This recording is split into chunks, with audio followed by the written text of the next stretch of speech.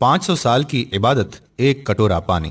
بنی اسرائیل میں ایک بہت ہی عابد شخص تھا جس نے اپنے بیوی بچوں کو چھوڑ کر رہبانیت اختیار کر لی اور سمندر میں ایک چٹان پر چھپر بنا کر اللہ کی عبادت میں مصروف ہو گیا۔ شریعت محمدی صلی اللہ علیہ وآلہ وسلم میں رہبانیت اختیار کرنا جائز نہیں، سابقہ امتوں میں یہ جائز تھا۔ اللہ تعالیٰ نے اس کے کھانے پینے کے لیے اس چٹان پر یہ انتظام کیا کہ وہاں میٹھے پانی کا ایک چشمہ نکل آیا جس سے اسے ٹھنڈا پانی ملنے لگا، اور وہیں انار کا ایک درخت بھی اللہ نے اگا دیا جس سے بڑے بڑے انار اس کو ملنے لگے۔ وہ روزانہ ایک انار کھاتا اور ایک گلاس پانی پی لیتا اور سارا دن اور ساری رات عبادت میں مصروف رہتا۔ اس شخص نے 500 سال کا عرصہ اسی طرح گزار دیا۔ جب اس کا انتقال کا وقت آیا تو اس نے اللہ سے دعا مانگی کہ اے اللہ، میری ساری زندگی تیری عبادت میں گزری ہے، اب میرا آخری وقت آ پہنچا ہے۔ میری خواہش ہے کہ جب میری موت آئے تو میں سجدے کی حالت میں ہوں اور میرے بدن کو تو تا قیامت محفوظ رکھنا، تاکہ جب میں قیامت کے دن اٹھایا جاؤں تو سجدے کی حالت میں اٹھوں۔ اللہ رب العزت نے یہ دعا قبول کر لی اور سجدے ہی کی حالت میں اس کا انتقال ہوا۔ حضور اکرم صلی اللہ علیہ وآلہ وسلم نے ارشاد فرمایا کہ آج تک اس کا جسم سجدے کی حالت میں موجود ہے اور اس کے گرد اس کی حفاظت کے لیے اللہ تعالیٰ نے گھنے درخت پیدا کر دیے ہیں۔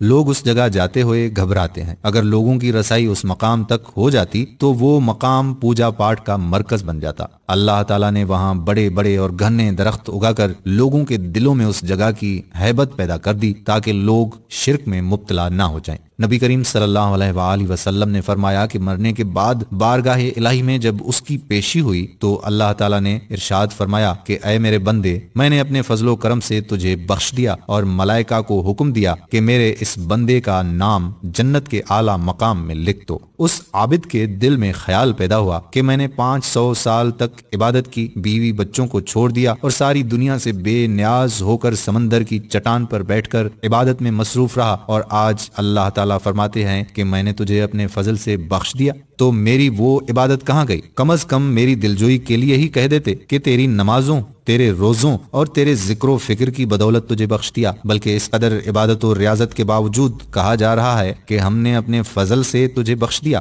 گویا میری ساری عبادت بیکار گئی۔ اللہ رب العزت جو دلوں میں پیدا ہونے والے خیالات کو بھی جانتا ہے، اس نے فرشتوں کو حکم دیا کہ بجائے جنت کی طرف لے جانے کے اسے جہنم کی طرف لے جاؤ، لیکن اسے جہنم میں داخل مت کرو، بلکہ جہنم سے 500 میل کے فاصلے پر رکھو جہاں پر اس کو جہنم کی آگ کی تپش شدت سے محسوس ہو۔ فرشتوں نے حکم کی تعمیل کرتے ہوئے اسے وہاں پہنچا دیا۔ ایک دم جو اسے جہنم کی تپش محسوس ہوئی تو بلبلا اٹھا اور پیاس پیاس پکارنا شروع کر دیا۔ جہنم سے اتنی دوری کے باوجود اسے ایسی پیاس لگی کہ پورا جسم خشک کانٹا بن گیا۔ اسی اثنا میں ایک ہاتھ نمودار ہوا جس میں ٹھنڈے پانی کا ایک کٹورا تھا۔ یہ عابد دوڑا کہ اے اللہ کے بندے، مجھے پانی پلا، پیاس کی شدت نے مجھے بے حال کر دیا ہے۔ وہ ہاتھ پیچھے ہٹ گیا اور آواز آئی کہ یہ پانی تو تجھے مل جائے گا مگر اس کی قیمت ہے۔ عابد نے کہا کہ کیا قیمت ہے؟ جواب ملا کہ 500 سال کی عبادت۔ عابد نے کہا کہ پھر مجھے پانی پلا دو، میرے پاس 500 سال کی عبادت ہے اور بڑی خالص عبادت ہے، اس میں کسی قسم کا نفاق شامل نہیں، اور اپنی عبادت دے کر